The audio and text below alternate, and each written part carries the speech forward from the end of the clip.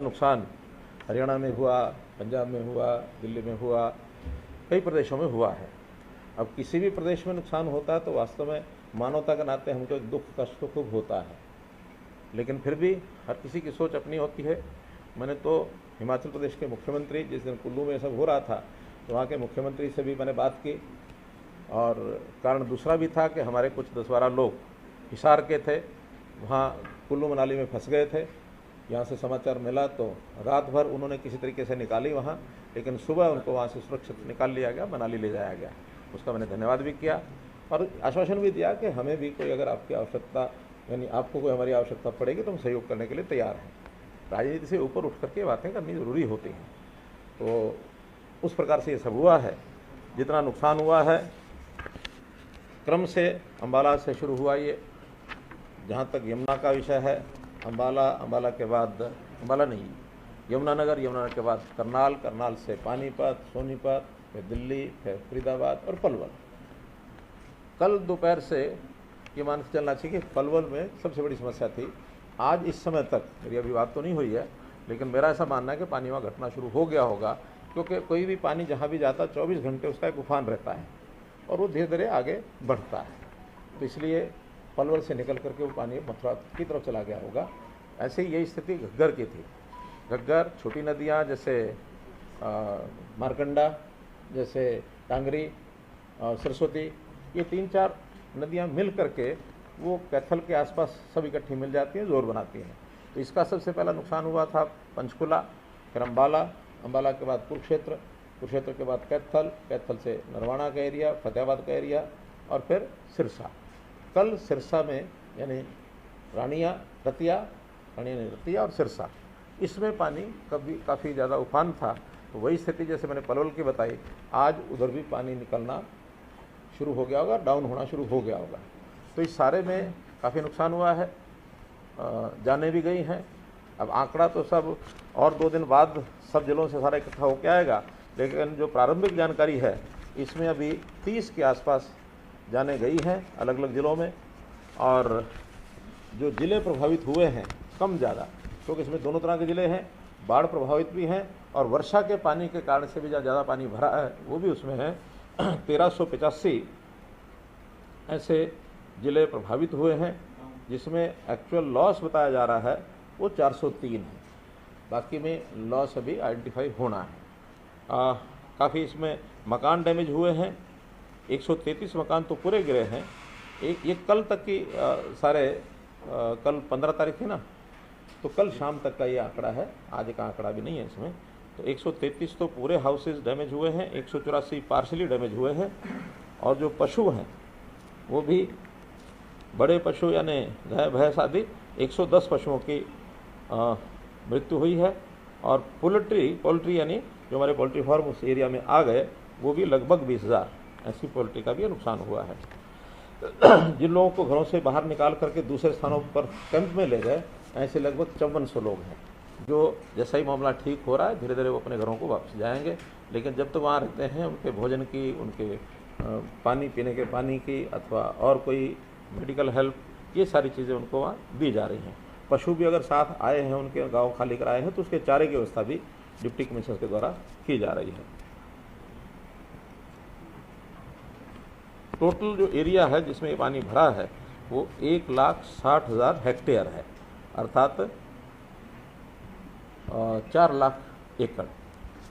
अब इसमें सारे में लॉस होगा ऐसा तो मैं नहीं कह सकता, क्योंकि अभी कुछ ज़मीनें खाली थी, कुछ अभी जीरी की बुआई चल रही थी, पौध लग रही थी, और अभी समय ऐसा है कि पानी अगर उतर जाता है तो जहाँ पानी 6 इंच 8 इंच रहेगा तो जीरी की रुपाई दोबारा भी हो जाएगी। जुलाई का महीना ये चीज़ें रिकवर करने लायक हैं। हाँ, बहुत नुकसान होगा तो उसका असेसमेंट थोड़ा सा बाद में होगा। उसमें क्षतिपूर्ति पोर्टल है, किसानों को एक आ जाएगा कि वो उसमें रजिस्टर करें, फिर उसकी गिरदावरी और उसका जो वो होगा यानी सर्वे होगा वो बाद में होकर होगा। लेकिन बाकी तो जो सर्वे है वो तो डीसी के द्वारा भेज दिया गया है, मकानों का जान गई वो सब। कुछ जहाँ पानी भरा है वहाँ सड़कें हैं, ब्रिज हैं, रिटेनिंग वॉल्स हैं, इनमें भी क्षति हुई है। वो डिपार्टमेंट वाइज अलग अलग डिपार्टमेंट उसका मूल्यांकन करेगा। एनडीआरएफ की जो टीमें हैं वो भी प्राय जहां आवश्यकता है सब जिलों में भेजी गई है, 14-15 जिलों में। और आर्मी भी अम्बाला, कैथल, यमुनानगर और अब तो कल हमने फतेहाबाद में भी भेजी है, जहाँ की आवश्यकता होती है। आर्मी के लोगों को अलर्ट कर रखा है। सब जगह आर्मी, एयरफोर्स या नौसेना के जो लोग अपनी नावें वगैरह लेकर के वो भी पहुँचते हैं, तो वो पूरा सहयोग उनका हमको मिल रहा है। स्टेट की पुलिस है, फायर ब्रिगेड है, अथवा अन्य जो एजेंसीज हैं वो भी अलर्ट मोड पर हैं। तो इस नाते से ये सारी जानकारी आपको मैंने देनी थी। अब 2 विषय इसमें साथ में और हैं कि जिस प्रकार से इस विषय को आरोप प्रत्यारोप इसका जो एक सिलसिला शुरू हुआ है वो कतई ठीक नहीं है, ना मानवता हित में है, ना प्रदेश और देश के हित में है। कभी भी किसी के मन में ये नहीं आ सकता कि मैं अपना बचाव करूं और किसी दूसरे को नुकसान पहुंचा दूं। ये छोटी सोच का व्यक्ति तो कर सकता है। हम तो उस सोच के व्यक्ति हैं, अयम निजा प्रोवेति गणना लघु चेतसा, अर्थात ये मेरा है, ये तेरा है। ये बहुत छोटी सोच के लोग ही ऐसे मौके विचार करते हैं। उदार चरिता नाम तो वसुधैव कुटुंबकम। जो उदार चरित्र के लोग होते हैं वो हमेशा विचार करते हैं कि सारा मेरा परिवार है, सारा संसार मेरा परिवार है, देश प्रदेश सब हमारे अपने हैं, लोग हमारे अपने हैं। और ये जो कहा जा रहा है कि हरियाणा ने हथनी कुंड से पानी छोड़ दिया और उसमें जो फोटो दिखाए जा रहे हैं, मुझे लगता है कि एक अनपढ़ और गंवार व्यक्ति का जो ज्ञान होता है, अगर उसमें कोई पीएचडी चालू कर दी जाए ना तो उनको जरूर पीएचडी मिल जाए। नियम है, और ये आज से नहीं है, जब से ये पानी की प्रवाह बने हैं, खास करके नहरों का जाल और ये डैम और बैराज बने हैं, तब से ये नियम है कि हर एक बैराज की एक कैपेसिटी होती है कि उस कैपेसिटी से नीचे पानी डाइवर्ट किया जाता है। आवश्यकता भी होती है, डाइवर्ट करते भी हैं, डिमांड भी होती है। लेकिन जब पानी बहुत ज़्यादा आ जाता है तो एक तो डाइवर्शन जो है नहरों का ये रोक दिया जाता है, क्योंकि उस ज़्यादा फ्लो के कारण से, उस प्रेशर के कारण से अगर पानी का रास्ता उसको मिलेगा तो उस सिस्टम को तोड़ देगा, और इसको बंद रखा जाएगा तो वो सिस्टम सुरक्षित रहेगा और फिर पानी का जो नेचुरल फ्लो है उधर पानी जाएगा। नदियाँ जो हैं वो नेचुरल फ्लो की चीज़ हैं, नहरें नेचुरल फ्लो की चीज़ नहीं है।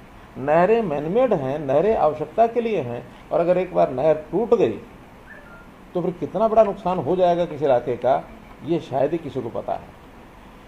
यानी भाखड़ा में भी अगर ओवरफ्लो होता है तो नदियों में जाता है, सतलुज में जाएगा, वो भाखड़ा मेन कनाल में नहीं जाएगा। हमारे पास एक समाचार आया कि अब भाखड़ा का जो है लेवल बढ़ रहा है, और भाखड़ा का लेवल बढ़ गया और उन्होंने छोड़ दिया तो पानी हरियाणा में भी आएगा। तो हमने उसी समय कहा कि भाखड़ा का लेवल बढ़ेगा तो पानी छोड़ा जाएगा, तो वो छोड़ा जाएगा सतलुज में, भाखड़ा का पानी नहर में नहीं छोड़ा जाएगा। और जो ये मजाक किया है कि वैसे तो कहते हैं पानी नहीं है, पानी दे दो, पानी दे दो, डूबने के हम अब पानी क्यों नहीं लेते। अब उनके बस का ना तो पानी देना है ना पानी भेजना है। पानी नेचुरल फ्लो से आता है। क्या जो बनी हुई अधूरी एसवाइल है इसमें पानी नहीं आया क्या? बहुत पानी आया। इस अधूरी बनी हुई एसवाइल, हमारी ऋतु बन गई है, तो पंजाब का जो पानी उस इलाके का, वर्षा का, या वहाँ जो नाले थे वो बह करके एसवाइल में आया, एसवाइल ने ओवरफ्लो किया तो हमारा अम्बाला जिला डूबा, कुरुक्षेत्र जिला डूबा। ये 2 जिले केवल उस जो अधूरी एसवाइल है उसके कारण से डूबे। लेकिन हमने उनको ब्लेम नहीं दिया, क्योंकि तो एक नेचुरल फ्लो पानी का होता है। अब नेचुरल फ्लो अगर मान लो ये नुकसान करने की बात आती तो ये कौन सा सिद्धांत है कि हम अपने जिले डुबोएंगे और फिर उनको दिल्ली को डुबोएंगे। अब ऐसा तो नहीं हो सकता हम कहें कि हम तो मरे सनम तुम्हें भी लेके डूबेंगे।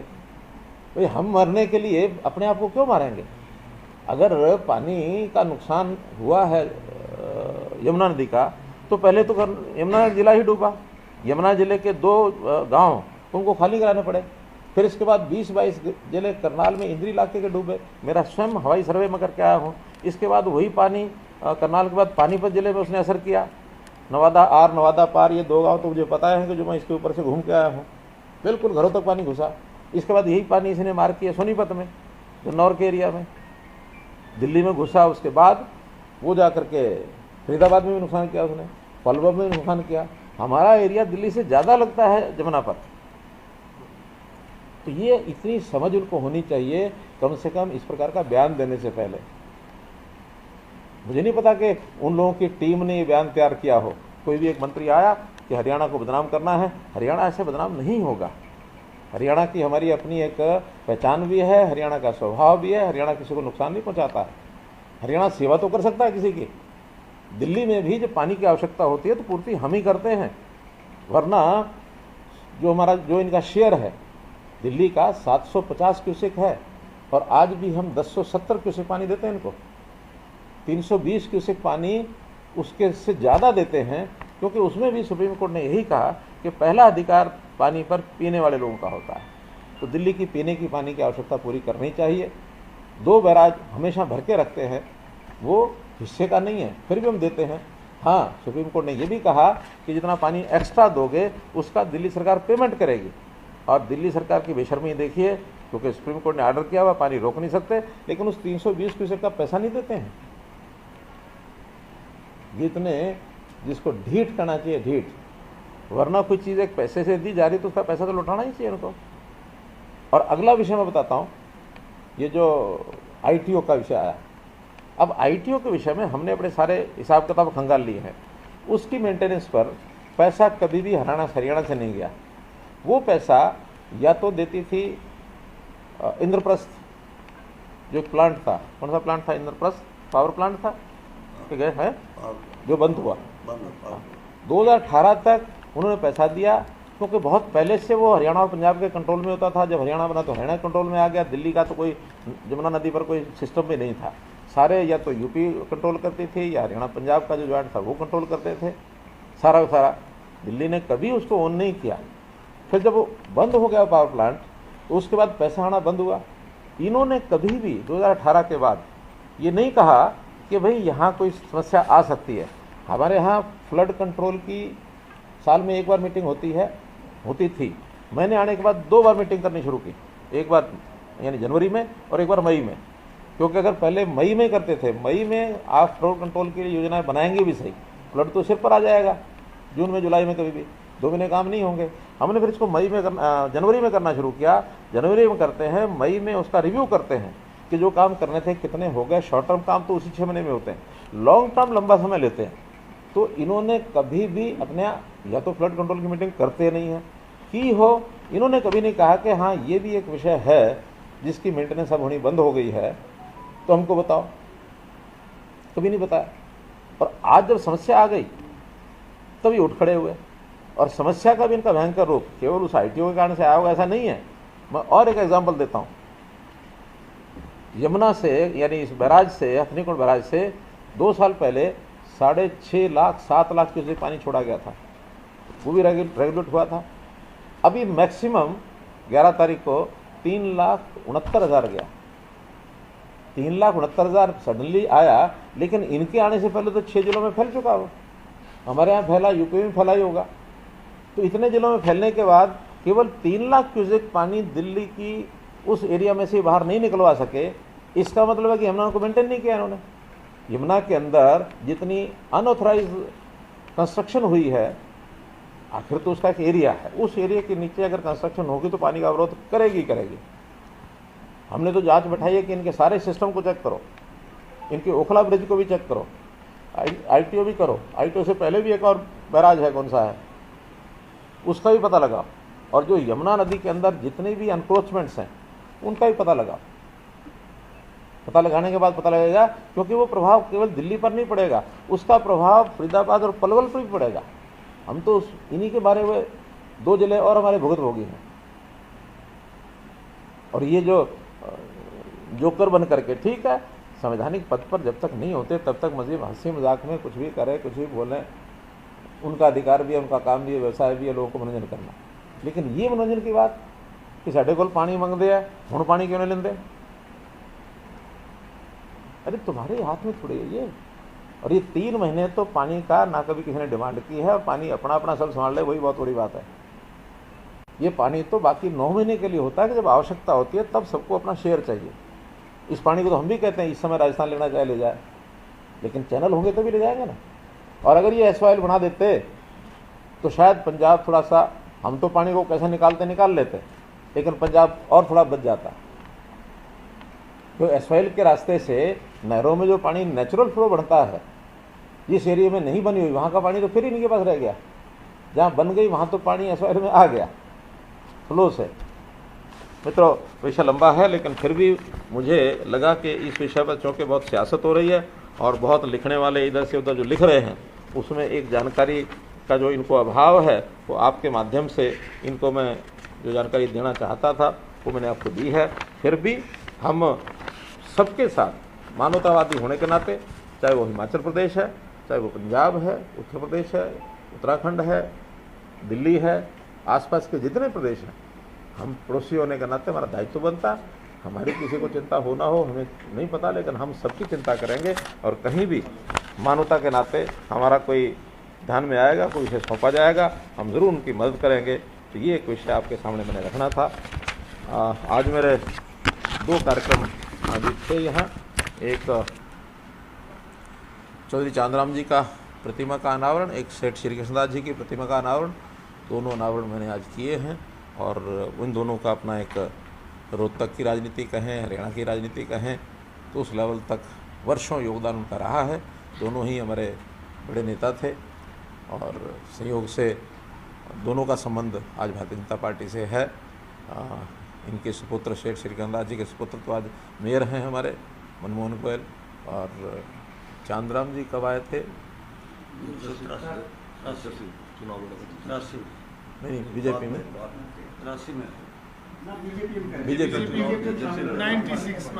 96 में, 2000 में चुनाव लड़े। हाँ। अच्छा, मुख्यमंत्री जो नुकसान हुआ इसका मुआवजे के लिए क्या कुछ क्या तय किए गए? मैंने बताया कि अभी उसका सर्वे करके मूल्यांकन सारा कर रहे हैं, असेसमेंट हो रही है और संभवतः 19 तारीख को मैं इसकी सारी जानकारी ले करके, कि 18 तक तो मैं बाहर ही हूँ और मैंने कह दिया है हर एक ज़िले से पूरी जानकारी लें, क्योंकि अभी तक आज तक ये कहना चाहिए कि दोनों ज़िले हमारे सिरसा बल के 3, फतेहाबाद सिरसा और इधर पलवल, तो ये तो आज भी कहीं ना कहीं उस बचाव कार्य में लगे हुए हैं। तो एडमिनिस्ट्रेशन का काम पहला कार्य होता है बचाव कार्य। बचाव कार्य के बाद फिर जो लोग डिस्प्लेस्ड होते हैं उनकी सहायता, उसके बाद जो नुकसान हो गए हैं उसका मुआवजा। अच्छा मुख्यमंत्री, जैसा आपने कहा कि ये पानी जो है 3 महीने नुकसान हरियाणा में हुआ, पंजाब में हुआ, दिल्ली में हुआ, कई प्रदेशों में हुआ है। अब किसी भी प्रदेश में नुकसान होता है तो वास्तव में मानवता के नाते हमको एक दुख कष्ट तो खूब होता है, लेकिन फिर भी हर किसी की सोच अपनी होती है। मैंने तो हिमाचल प्रदेश के मुख्यमंत्री, जिस दिन कुल्लू में सब हो रहा था तो वहाँ के मुख्यमंत्री से भी मैंने बात की, और कारण दूसरा भी था कि हमारे कुछ 10-12 लोग हिसार के थे, वहाँ कुल्लू मनाली में फंस गए थे। यहाँ से समाचार मिला तो रात भर उन्होंने किसी तरीके से निकाली वहाँ, लेकिन सुबह उनको वहाँ से सुरक्षित निकाल लिया गया, मनाली ले जाया गया। उसका मैंने धन्यवाद भी किया और आश्वासन भी दिया कि हमें भी कोई अगर आपकी आवश्यकता, यानी आपको कोई हमारी आवश्यकता पड़ेगी तो हम सहयोग करने के लिए तैयार हैं। राजनीति से ऊपर उठ करके बातें करनी ज़रूरी होती हैं। तो उस प्रकार से ये सब हुआ है। जितना नुकसान हुआ है क्रम से अम्बाला से शुरू हुआ ये, जहाँ तक यमुना का विषय है, अम्बाला के बाद अम्बाला नहीं, यमुनानगर, यमुनानगर के बाद करनाल, करनाल से पानीपत, सोनीपत, फिर दिल्ली, फिर फरीदाबाद और पलवल। कल दोपहर से ये मान के चलना चाहिए कि पलवल में सबसे बड़ी समस्या थी। आज इस समय तक मेरी अभी बात तो नहीं हुई है, लेकिन मेरा ऐसा मानना है कि पानी वहाँ घटना शुरू हो गया होगा, क्योंकि कोई भी पानी जहाँ भी जाता 24 घंटे उसका एक उफान रहता है और वो धीरे धीरे आगे बढ़ता है। तो इसलिए पलवल से निकल करके वो पानी मथुरा की तरफ चला गया होगा। ऐसे ही यही स्थिति घग्गर की थी। घग्गर, छोटी नदियाँ जैसे मारकंडा, जैसे टांगरी, सरस्वती, ये 3-4 नदियाँ मिल करके वो कैथल के आसपास सब इकट्ठी मिल जाती हैं, जोर बनाती हैं। तो इसका सबसे पहला नुकसान हुआ था पंचकुला, फिर अम्बाला, अम्बाला के बाद कुरुक्षेत्र, कुरुक्षेत्र के बाद कैथल, कैथल से नरवाना का एरिया, फतेहाबाद का एरिया और फिर सिरसा। कल सिरसा में यानी रानिया, रतिया और सिरसा, इसमें पानी काफ़ी ज़्यादा उफान था। तो वही स्थिति जैसे मैंने पलवल की बताई, आज उधर भी पानी निकलना शुरू हो गया होगा, डाउन होना शुरू हो गया होगा। तो इस सारे में काफ़ी नुकसान हुआ है, जाने भी गई हैं। अब आंकड़ा तो सब और 2 दिन बाद सब जिलों से सारा इकट्ठा होकर आएगा, लेकिन जो प्रारंभिक जानकारी है इसमें अभी 30 के आसपास जाने गई हैं अलग अलग ज़िलों में। और जो ज़िले प्रभावित हुए हैं कम ज़्यादा, क्योंकि इसमें दोनों तरह के ज़िले हैं, बाढ़ प्रभावित भी हैं और वर्षा के पानी के कारण से भी ज़्यादा पानी भरा है वो भी उसमें है। 1385 ऐसे ज़िले प्रभावित हुए हैं, जिसमें एक्चुअल लॉस बताया जा रहा है वो 403 है। बाकी में लॉस अभी आइडेंटिफाई होना है। काफ़ी इसमें मकान डैमेज हुए हैं, 133 मकान तो पूरे गिरे हैं। ये कल तक की सारे कल 15 तारीख थी ना, तो कल शाम तक का ये आंकड़ा है, आज का आंकड़ा भी नहीं है इसमें। तो 133 तो पूरे हाउसेज डैमेज हुए हैं, 184 पार्शली डैमेज हुए हैं। और जो पशु हैं वो भी बड़े पशु यानी गाय भैंस आदि 110 पशुओं की मृत्यु हुई है। और पोल्ट्री यानी जो हमारे पोल्ट्री फार्म उस एरिया में आ गए वो भी लगभग 20,000 ऐसी पोल्ट्री का भी नुकसान हुआ है। जिन लोगों को घरों से बाहर निकाल करके दूसरे स्थानों पर कैंप में ले गए, ऐसे लगभग 5400 लोग हैं, जो जैसा ही मामला ठीक हो रहा है धीरे धीरे वो अपने घरों को वापस जाएंगे। लेकिन जब तक वहाँ रहते हैं उनके भोजन की, उनके पानी पीने के पानी की अथवा और कोई मेडिकल हेल्प, ये सारी चीज़ें उनको वहाँ दी जा रही हैं। पशु भी अगर साथ आए हैं, उनके गाँव खाली कराए हैं, तो उसके चारे की व्यवस्था भी डिप्टी कमिश्नर के द्वारा की जा रही है। टोटल जो एरिया है जिसमें ये पानी भरा है वो 1,60,000 हेक्टेयर है, अर्थात 4 लाख एकड़। अब इसमें सारे में लॉस होगा ऐसा तो मैं नहीं कह सकता, क्योंकि अभी कुछ ज़मीनें खाली थी, कुछ अभी जीरी की बुआई चल रही थी, पौध लग रही थी। और अभी समय ऐसा है कि पानी अगर उतर जाता है तो जहाँ पानी 6 इंच 8 इंच रहेगा तो जीरी की रुपाई दोबारा भी हो जाएगी। जुलाई का महीना ये चीज़ें रिकवर करने लायक हैं। हाँ, बहुत नुकसान होगा तो उसका असेसमेंट थोड़ा सा बाद में होगा। उसमें क्षतिपूर्ति पोर्टल है, किसानों को एक कहा जाएगा कि वो उसमें रजिस्टर करें, फिर उसकी गिरदावरी और उसका जो वो होगा यानी सर्वे होगा वो बाद में होकर होगा। लेकिन बाकी तो जो सर्वे है वो तो डीसी के द्वारा भेज दिया गया है, मकानों का जान गई वो सब। कुछ जहाँ पानी भरा है वहाँ सड़कें हैं, ब्रिज हैं, रिटेनिंग वॉल्स हैं, इनमें भी क्षति हुई है। वो डिपार्टमेंट वाइज अलग अलग डिपार्टमेंट उसका मूल्यांकन करेगा। एनडीआरएफ की जो टीमें हैं वो भी प्राय जहाँ आवश्यकता है सब जिलों में भेजी गई है, 14-15 जिलों में। और आर्मी भी अम्बाला, कैथल, यमुनानगर और अब तो कल हमने फतेहाबाद में भी भेजी है, जहाँ की आवश्यकता होती है। आर्मी के लोगों को अलर्ट कर रखा है, सब जगह आर्मी, एयरफोर्स या नौसेना के जो लोग अपनी नावें वगैरह लेकर के वो भी पहुँचते हैं, तो वो पूरा सहयोग उनका हमको मिल रहा है। स्टेट की पुलिस है, फायर ब्रिगेड है अथवा अन्य जो एजेंसीज हैं वो भी अलर्ट मोड पर हैं। तो इस नाते से ये सारी जानकारी आपको मैंने देनी थी।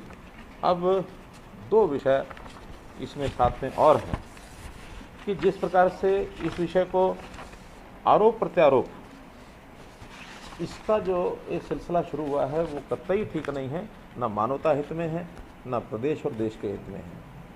कभी भी किसी के मन में ये नहीं आ सकता कि मैं अपना बचाव करूं और किसी दूसरे को नुकसान पहुंचा दूं। ये छोटी सोच का व्यक्ति तो कर सकता है। हम तो उस सोच के व्यक्ति हैं, अयम निजा प्रोवेति गणना लघु चेत साहब, अर्थात ये मेरा है, ये तेरा है। ये बहुत छोटी सोच के लोग ही ऐसे मौके विचार करते हैं। उदार चरिता नाम तू वसुधैव कुटुंबकम। जो उदार चरित्र के लोग होते हैं वो हमेशा विचार करते हैं कि सारा मेरा परिवार है, सारा संसार मेरा परिवार है, देश प्रदेश सब हमारे अपने हैं, लोग हमारे अपने हैं। और ये जो कहा जा रहा है कि हरियाणा ने हथनी कुंड से पानी छोड़ दिया और उसमें जो फोटो दिखाए जा रहे हैं, मुझे लगता है कि एक अनपढ़ और गंवार व्यक्ति का जो ज्ञान होता है, अगर उसमें कोई पीएचडी चालू कर दी जाए ना तो उनको जरूर पीएचडी मिल जाए। नियम है और ये आज से नहीं है, जब से ये पानी की प्रवाह बने हैं, खास करके नहरों का जाल और ये डैम और बैराज बने हैं, तब से ये नियम है कि हर एक बैराज की एक कैपेसिटी होती है कि उस कैपेसिटी से नीचे पानी डाइवर्ट किया जाता है। आवश्यकता भी होती है, डाइवर्ट करते भी हैं, डिमांड भी होती है। लेकिन जब पानी बहुत ज़्यादा आ जाता है तो एक तो डाइवर्शन जो है नहरों का, ये रोक दिया जाता है, क्योंकि उस ज़्यादा फ्लो के कारण से, उस प्रेशर के कारण से अगर पानी का रास्ता उसको मिलेगा तो उस सिस्टम को तोड़ देगा, और इसको बंद रखा जाएगा तो वो सिस्टम सुरक्षित रहेगा और फिर पानी का जो नेचुरल फ्लो है उधर पानी जाएगा। नदियाँ जो हैं वो नेचुरल फ्लो की चीज़ हैं, नहरें नेचुरल फ्लो की चीज़ नहीं है। नहरें मैनमेड हैं, नहरें आवश्यकता के लिए हैं, और अगर एक बार नहर टूट गई तो फिर कितना बड़ा नुकसान हो जाएगा किसी इलाके का, ये शायद ही किसी को पता है। यानी भाखड़ा में भी अगर ओवरफ्लो होता है तो नदियों में जाता है, सतलुज में जाएगा, वो भाखड़ा मेन कलान में नहीं जाएगा। हमारे पास एक समाचार आया कि अब भाखड़ा का जो है लेवल बढ़ रहा है, और भाखड़ा का लेवल बढ़ गया और उन्होंने छोड़ दिया तो पानी हरियाणा में भी आएगा। तो हमने उसी समय कहा कि भाखड़ा का लेवल बढ़ेगा तो पानी छोड़ा जाएगा, तो वो छोड़ा जाएगा सतलुज में, भाखड़ा का पानी नहर में नहीं छोड़ा जाएगा। और जो ये मजाक किया है कि वैसे तो कहते हैं पानी नहीं है, पानी दे दो, पानी दे दो, डूबने के हम अब पानी क्यों नहीं लेते। अब उनके बस का ना तो पानी देना है ना पानी भेजना है। पानी नेचुरल फ्लो से आता है। क्या जो बनी हुई अधूरी एसवाइल है इसमें पानी नहीं आया क्या? बहुत पानी आया। इस अधूरी बनी हुई एसवाइल में हमारी ऋतु बन गई है, तो पंजाब का जो पानी उस इलाके का वर्षा का या वहाँ जो नाले थे वो बह करके एसवाइल में आया, एसवाइल ने ओवरफ्लो किया तो हमारा अम्बाला जिला डूबा, कुरुक्षेत्र जिला डूबा। ये दो जिले केवल उस जो अधूरी एसवाइल है उसके कारण से डूबे, लेकिन हमने उनको ब्लेम नहीं दिया, क्योंकि तो एक नेचुरल फ्लो पानी का होता है। अब नेचुरल फ्लो अगर मान लो ये नुकसान करने की बात आती तो ये कौन सा सिद्धांत है कि हम अपने जिले डुबोएंगे और फिर उनको दिल्ली को डुबोएंगे? अब ऐसा तो नहीं हो सकता हम कहें कि हम तो मरे सनम तुम्हें भी लेके डूबेंगे। भाई हम मरने के लिए अपने आप को क्यों मारेंगे? अगर पानी का नुकसान हुआ है यमुना नदी का, तो पहले तो यमुना जिला ही डूबा। यमुना जिले के 2 गांव उनको खाली कराने पड़े, फिर इसके बाद 20-22 जिले करनाल में इंद्री इलाके के डूबे। मेरा स्वयं हवाई सर्वे में करके आया हूँ। इसके बाद वही पानी करनाल के बाद पानीपत जिले में उसने असर किया। नवादा पार, ये 2 गांव तो मुझे पता है कि जो मैं इसके ऊपर से घूम के आया हूँ, बिल्कुल घरों तक पानी घुसा।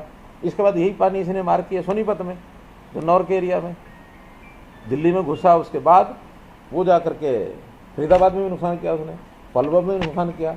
हमारा एरिया दिल्ली से ज़्यादा लगता है जमुना पर। तो ये इतनी समझ उनको होनी चाहिए कम से कम इस प्रकार का बयान देने से पहले। मुझे नहीं पता कि उन लोगों की टीम ने ये बयान तैयार किया हो। कोई भी एक मंत्री आया कि हरियाणा को बदनाम करना है, हरियाणा ऐसे बदनाम नहीं होगा। हरियाणा की हमारी अपनी एक पहचान भी है, हरियाणा का स्वभाव भी है, हरियाणा किसी को नुकसान नहीं पहुंचाता है। हरियाणा सेवा तो कर सकता है किसी की।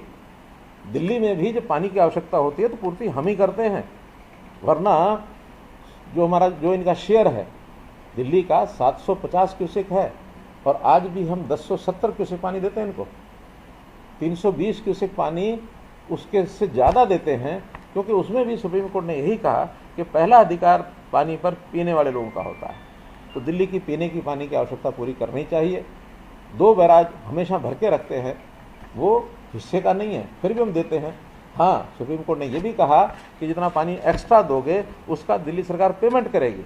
और दिल्ली सरकार की बेशर्मी देखिए, क्योंकि सुप्रीम कोर्ट ने ऑर्डर किया हुआ, पानी रोक नहीं सकते, लेकिन उस 320 क्यूसेक का पैसा नहीं देते हैं।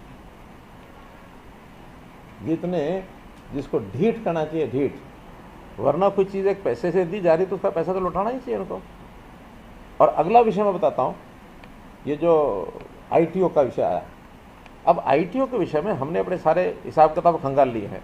उसकी मेंटेनेंस पर पैसा कभी भी हरियाणा से नहीं गया।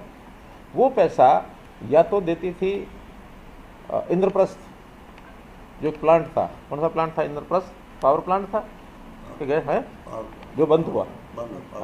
2018 तक उन्होंने पैसा दिया, क्योंकि बहुत पहले से वो हरियाणा और पंजाब के कंट्रोल में होता था। जब हरियाणा बना तो हरियाणा कंट्रोल में आ गया। दिल्ली का तो कोई जमुना नदी पर कोई सिस्टम भी नहीं था।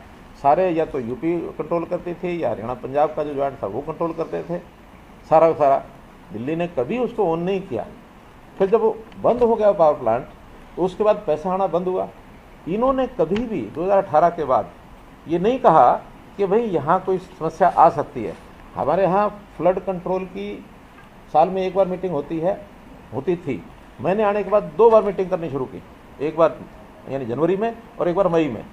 क्योंकि अगर पहले मई में करते थे, मई में आप फ्लड कंट्रोल के लिए योजनाएं बनाएंगे भी सही, फ्लड तो सिर पर आ जाएगा जून में जुलाई में, कभी भी 2 महीने काम नहीं होंगे। हमने फिर इसको जनवरी में करना शुरू किया। जनवरी में करते हैं, मई में उसका रिव्यू करते हैं कि जो काम करने थे कितने हो गए। शॉर्ट टर्म काम तो उसी 6 महीने में होते हैं, लॉन्ग टर्म लंबा समय लेते हैं। तो इन्होंने कभी भी अपने या तो फ्लड कंट्रोल की मीटिंग करते नहीं है की हो, इन्होंने कभी नहीं कहा कि हाँ ये भी एक विषय है जिसकी मेंटेनेंस अब होनी बंद हो गई है तो हमको बताओ, कभी नहीं बताया। और आज जब समस्या आ गई तभी उठ खड़े हुए। और समस्या का भी इनका भयंकर रूप केवल उस ITO के कारण से आया होगा ऐसा नहीं है। मैं और एक एग्जांपल देता हूँ। यमुना से यानी इस बैराज से, हथनीकुंड बैराज से 2 साल पहले 6.5 लाख 7 लाख क्यूसेक पानी छोड़ा गया था, वो भी रेगुलेट हुआ था। अभी मैक्सिमम 11 तारीख को 3,69,000 गया। 3,69,000 सडनली आया, लेकिन इनके आने से पहले तो 6 जिलों में फैल चुका हो। हमारे यहाँ फैला, यूपी में फैला ही होगा। तो इतने जिलों में फैलने के बाद केवल 3 लाख क्यूसेक पानी दिल्ली की उस एरिया में से बाहर नहीं निकलवा सके, इसका मतलब है कि यमुना को मेंटेन नहीं किया इन्होंने। यमुना के अंदर जितनी अनऑथराइज कंस्ट्रक्शन हुई है, आखिर तो उसका एक एरिया है, उस एरिया के नीचे अगर कंस्ट्रक्शन होगी तो पानी का अवरोध करेगी। हमने तो जांच बैठाई है कि इनके सारे सिस्टम को चेक करो, इनके ओखला ब्रिज को भी चेक करो, ITO भी करो। ITO से पहले भी एक और बैराज है, कौन सा है, उसका भी पता लगाओ। और जो यमुना नदी के अंदर जितने भी अनक्रोचमेंट्स हैं उनका भी पता लगाओ। पता लगाने के बाद पता लगेगा, क्योंकि वो प्रभाव केवल दिल्ली पर नहीं पड़ेगा, उसका प्रभाव फरीदाबाद और पलवल पर भी पड़ेगा। हम तो इन्हीं के बारे में 2 जिले और हमारे भुगतभोगी हैं। और ये जो जोकर बन करके, ठीक है, संवैधानिक पद पर जब तक नहीं होते तब तक मजीद हंसी मजाक में कुछ भी करें, कुछ भी बोलें, उनका अधिकार भी है, उनका काम भी है, व्यवसाय भी है, लोगों को मनोरंजन करना। लेकिन ये मनोरंजन की बात कि साढ़े को पानी मंगते हैं, हुण पानी क्यों नहीं लेंदे? अरे तुम्हारे हाथ में थोड़ी है ये। और ये 3 महीने तो पानी का ना कभी किसी ने डिमांड की है, और पानी अपना अपना सब संभाल ले, वही बहुत बड़ी बात है।